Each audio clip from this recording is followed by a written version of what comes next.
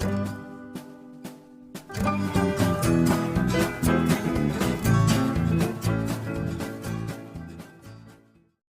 Viewers, welcome to கேபியின் மதுரை சமையல். நம்ம இன்னைக்கு என்ன பார்க்க போறோம் அப்படின்னா, ஒரு அருமையான சைட் டிஷ், அதாவது நான்வெஜ் சைட் டிஷ் தான் பார்க்க போறோம். மட்டன்ல ஒரு சைட் டிஷ், சூப்பரான, குழந்தைகளுக்கு ரொம்ப பிடிச்ச, உரப்பு எதுவுமே இல்லாத டேஸ்டான மட்டன் சைட் டிஷ் தான் இப்போ நம்ம பார்க்க போறோம். அவனிக்கறி, அதாவது மதுரையில ரொம்ப ரொம்ப ஃபேமஸான அவனிக்கறி எப்படி வைக்கிறதுன்னு தான் நம்ம இன்னைக்கு பார்க்க போறோம்.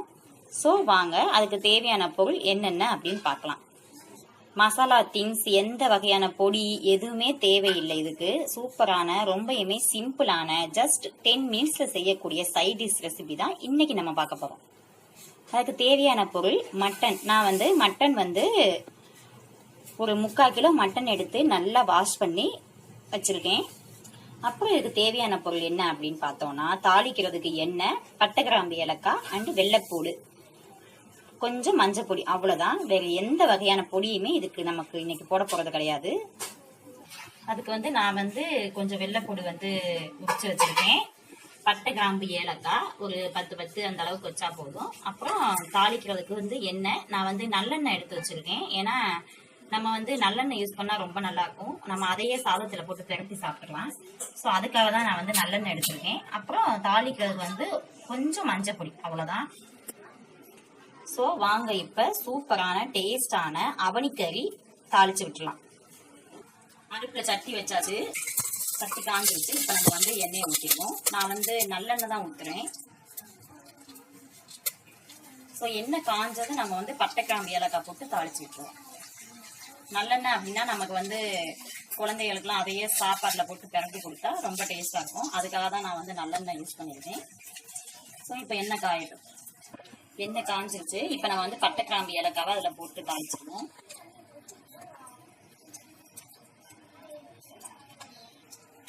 பட்டை, கிராம்பு, ஏலக்காய் 3யுமே போட்டு நம்ம தாளிச்சு விட்டுருவோம்.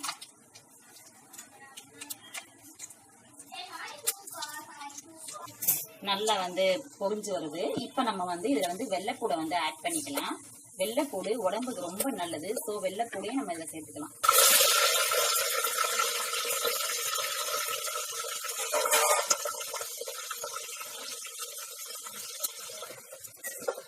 இப்ப நம்ம மட்டனை இதுல ஆட் பண்ணிக்கலாம். அவனிக்கறி அப்படிங்கிறது ரொம்பவுமே வித்தியாசமான ஒரு சைட் டிஷ் ரெசிபி தான். மேக்சிமம் இது வைப்பாங்களான்னு தெரியல, பட் மதுரையில இது ரொம்ப ஃபேமஸ் அண்ட் அடிக்கடி செய்வாங்க. எந்த வகையான மசாலா, மிளகாப்பொடி, மல்லிப்பொடி எதுவுமே நம்ம இதுல ஆட் பண்றது கிடையாது. ரொம்பவுமே ஹெல்த்தியான சைட் டிஷ் தான் இது. இப்ப நம்ம மட்டனை இதுல ஆட் பண்ணிக்கலாம்.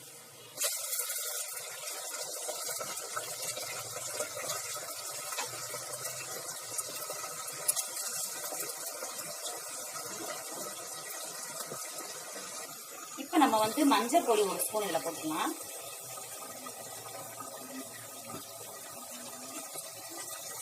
அப்புறம் உப்பு இதுல ஆட் பண்ணிக்கலாம். அவ்வளவுதான் இதுக்கு தேவையானது. வேற எந்த திங்ஸுமே தேவையில்லை.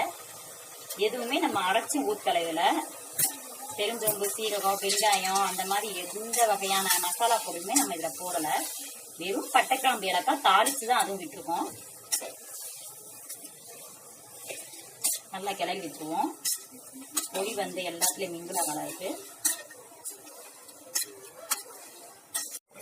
நல்லா கறி எண்ணெயில் நல்லா சுண்டிடுச்சு. இப்ப நம்ம தண்ணி ஊத்திடுவோம். இதுல தண்ணி ஊத்தியாச்சு. அவ்வளவுதான். நல்லா வேகட்டும்.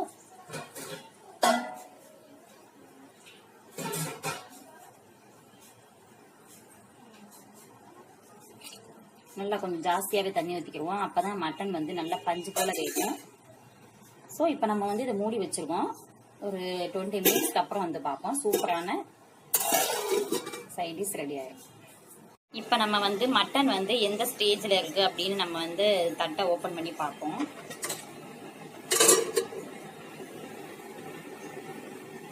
பாருங்க, சூப்பரா வெந்துருச்சு. கரெக்டான ஸ்டேஜ்.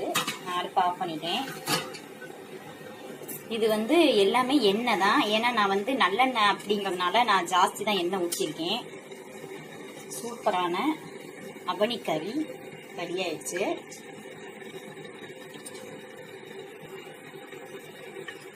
இதில் என்ன ஸ்பெஷல் அப்படின்னா நம்ம வந்து எல்லாமே வந்து நல்ல ஹெல்த்தியான ஐட்டம் தான் இதில் நம்ம வந்து சேர்த்துக்கோம். நல்லெண்ணெய் உடம்புக்கு ரொம்ப நல்லது. அண்டு மஞ்சப்பொடி வந்து எப்போவுமே நல்லது தான். அப்புறம் வெள்ளைப்பூடு, இது எல்லாமே வந்து ஹெல்த்தியான ஒரு திங்ஸ் தான். ஸோ எல்லாமே நம்ம வந்து இது ஹெல்த்தியான திங்ஸ் தான் போட்டிருக்கோம். ஸோ தாராளமாக குழந்தைகளுக்கு இதை நல்லா கொடுக்கலாம். பார்க்கவே அப்படியே கிரேவி மாதிரி இருக்குது. ஆனால் எந்த மசாலா ஐட்டம் நம்ம போடலை, அரைச்சி எதுவுமே நம்ம போடலை. அந்த வெள்ளைப்பூடு தான் நல்லா வெந்து அப்படி நமக்கு கிரேவி மாதிரி வந்திருக்கு. ஸோ இந்த கிரேவியையே சாப்பாட்டில் போட்டு திரட்டி சாப்பிட்டா அவ்வளோ டேஸ்டாக இருக்கும்.